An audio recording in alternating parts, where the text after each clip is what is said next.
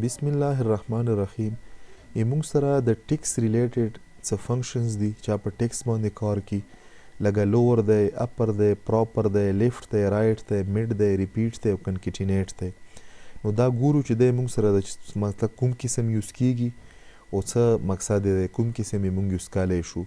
ګوره اولنی زه فار ایگزامپل دلته ما څه شی وکړلو، ما په یو ډیفرنٹ کیس کې فار ایگزامپل ایم کیپیټل کړه، بی یو ال دا ما یو ټیسټ سټرنګ ولیکلو، بیا ما ان ای اس مو کیپیټل کړلو. نو ډیفرنٹ فونټ سره په ډیفرنٹ کیس سره دلته دا سټرنګ ما ولیکلو. ځکه وغواړم چې زه دا کنورټ کم لوور کیس ته، زه به دلته فنکشن ولیکم لوور او زه به دا ټیسټ سټرنګ پکې په ریفرنس کې ویر کم، انټر مو کړو نو تاسو کتای شو دی لوور ته کنورټ کړلو. فار ایگزامپل ما ته که دا ټیسټ سټرنګ په کار وي په څه شي کې، په اپر کې، نو دلته به زه ولیکم اپر، دا ټیسټ سټرنګ به ویر کم، انټر مو کړلو نو دا یې کمپلیټلی اپر ته کنورټ کړلو.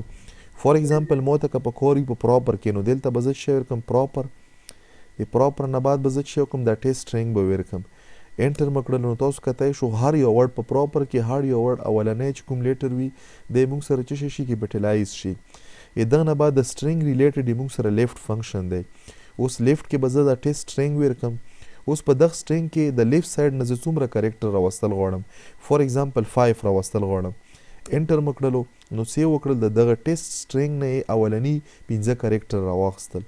فار ایگزامپل دلته ما ولیکلو رایټ، د ټیسټ سټرنګ مو ویر کړلو، په دغه کې په رایټ سایډ باندې زه څومره کریکټر راوستل غواړم، فار ایگزامپل 5 دلته راوستل غواړم، انټر مو کړلو نو لاست چې کوم 5 کریکټر دی په رایټ سایډ باندې یې راوستو.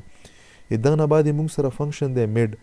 اوس په میډ کې زه په لیفت سایډ باندې کوم ځای نه سټارټ کېدل غواړم، اول خو به زه دا ټیسټ سټرنګ ویر کم، کوم ځای نه زه سټارټ کم، فار ایگزامپل زه د 4 پوزیشن نه سټارټ کم، او بیا څومره نمبر اف کریکټر پسې زه راوستل غواړم، فار ایگزامپل 6 کریکټر راوستل غواړم، انټر مو کړلو نو دلته ګوره تاسو کتای شو فرست، سیکنډ، تھرډ، فورث یې موږ سره یو دی، یو نه سټارټ شول او بقایا پسې بیا 2 دا کریکټر شول، سپیس شول او 3 د ان ای اس شول. نو دا ما سره څومره راغله، ټوټل 6 کریکټر دي انکلوډینګ سپیس، او پوزیشن یې ما څه ویر کړلو، پوزیشن یې ما ویر کړی او 4.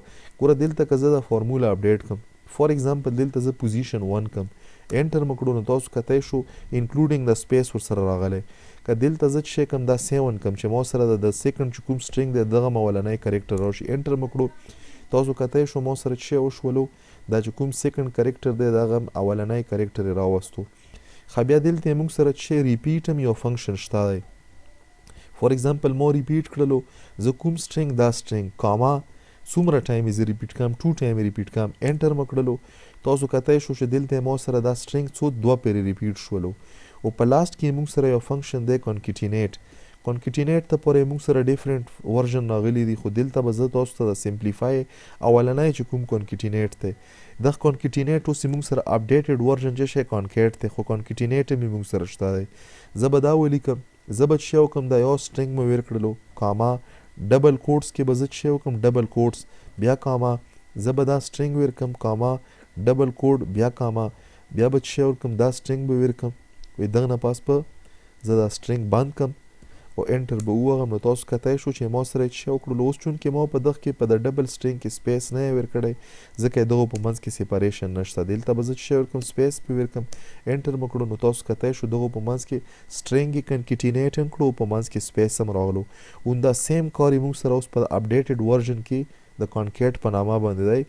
فار ایگزامپل که زه وغواړم دا کنکیټینیټ ته پر اپډیټډ ورژن څه کانکیټ دی، دا ټیکس ما ویر کړو کاما ډبل کوټ، بیا به زه څه وکړم دا نیکسټ سټرنګ به ویر کم، نیکسټ سټرنګ نه بعد به کاما ډبل کوټ په ویر کم، سپیس ډبل کوټ بیا کاما، بیا به زه څه وکړم دا سټرنګ به ویر کم کاما. که زه وغواړم چې دا بند کم، انټر به کم، نو تاسو کتای شو چې سیم کار یې ما سره په څه شي باندې وشولو، دا اوس چې کوم لیټیسټ فنکشن دی کانکیټ، په کانکیټ باندې وشولو. نو دا چې کوم کنکیټینیټ دی دغه الټرنیټ ورژن دی په د لیټیسټ آفیس 365 کې، په تاسو ته د کنکیټینیټ په ځای باندې کانکیټ فنکشن ملاویږي. هوپ ویلی چې تاسو ته به کلیر وي.